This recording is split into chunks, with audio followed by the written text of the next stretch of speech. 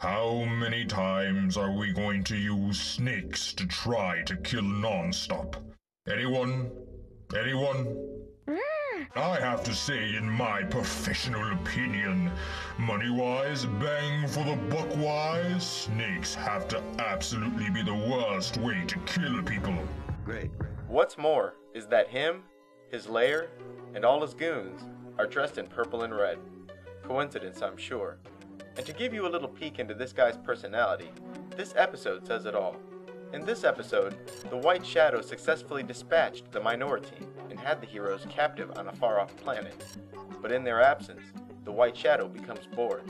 So he uses his own spaceship to rescue his enemies, just so he'll have someone to fight.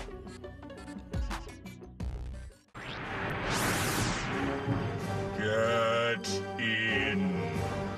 I'm a Chinese.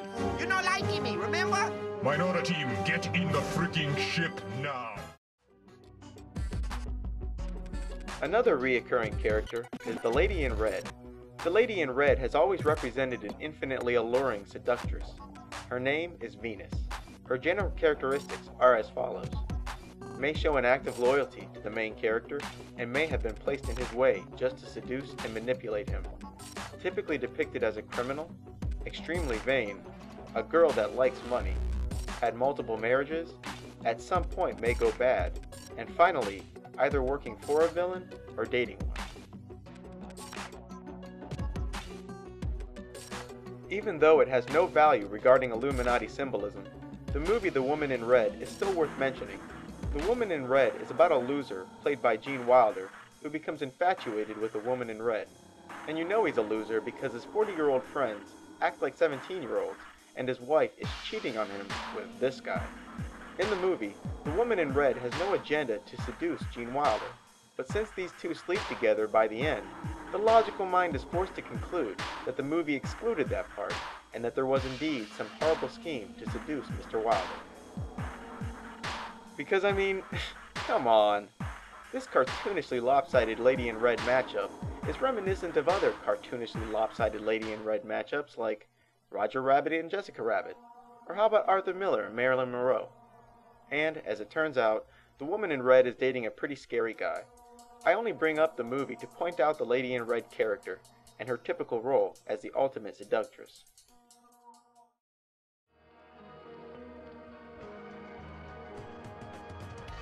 A more relevant example of the typical Lady in Red character can be found in the new Sherlock Holmes movie. In the movie, a character named Irene Adler, first seen in a red dress, has been charged with the task of seducing Sherlock Holmes. This job was bestowed upon her by the ultimate villain in what is most likely the next Sherlock Holmes movie. She is almost a prototypical Lady in Red. She shows an active loyalty to the main character, was sent to seduce him, described as a criminal with multiple marriages, and was working for a villainous figure. At the beginning of Sherlock Holmes, Detective Holmes is arriving to a prison where a prisoner, Lord Blackwood, the movie's antagonist, is about to be executed. Upon arriving to Lord Blackwood's cell, he finds Blackwood reading a passage from the Bible. Blasphemy. They worship the dragon which gave power unto the beast, and they worship the beast, saying, Who is like unto the beast? The beast which I saw was like unto a leopard.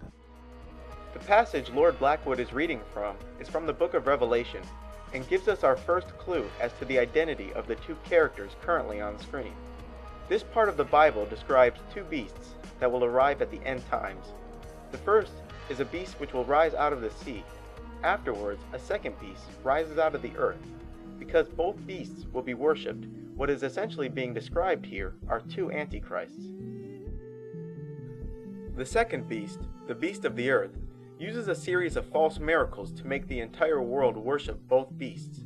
The first beast, Sherlock Holmes, would end up being a hero for neutralizing Blackwood twice, and the second beast, Lord Blackwood, along with what is obviously the Freemasons, would attempt to use a series of false miracles to convince others that he had divine power.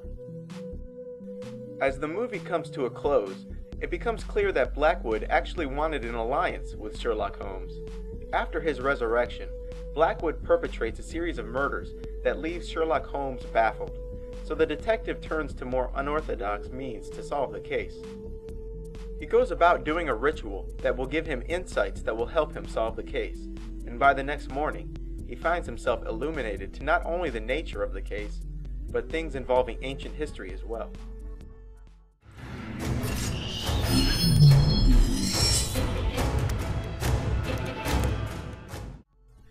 There are in fact spells and rituals that can give one insights to mysteries or dilemmas that they face. The practitioner will find themselves flooded with images and concepts related to the question they've asked. Although their predictions aren't perfect, some demons can calculate the odds of a certain event occurring. The fraternity, who silently control the empire, share the belief with the kings, pharaohs, and emperors of old that the Sphinx was a door to another dimension, a gateway to immeasurable power.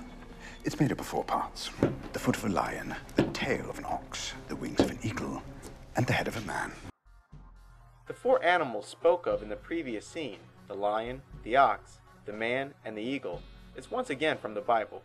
Ezekiel chapter 1, verse 10 describes 4 living beings, each looking like one of the aforementioned animals. And in Revelation chapter 4, verse 7, nearly the exact animals are mentioned again. Sherlock Holmes is clearly a loaded retelling. Well friends, I hope you found this video eye-opening. I hope you have a better understanding of how the Illuminati retell their traditions in movies and the symbolism used to convey these retellings. I urge you to watch some of the movies I've reviewed here with a bit more open eyes. I also urge you to watch this documentary's predecessor, Hollywood Insider's Full Disclosure, for the details I've skipped in this video. I've went through great pains to bring you this documentary series and teach you what I know about the Illuminati, and all I ask in return is that you inform others what you know. If not this sector of truth, symbolism in movies, then some other sector of truth. Everything that ever was started in the mind of one person, and sometimes that one person is you. So, keep learning, but more importantly, keep teaching. That's it from me. Take care, friends, and good luck.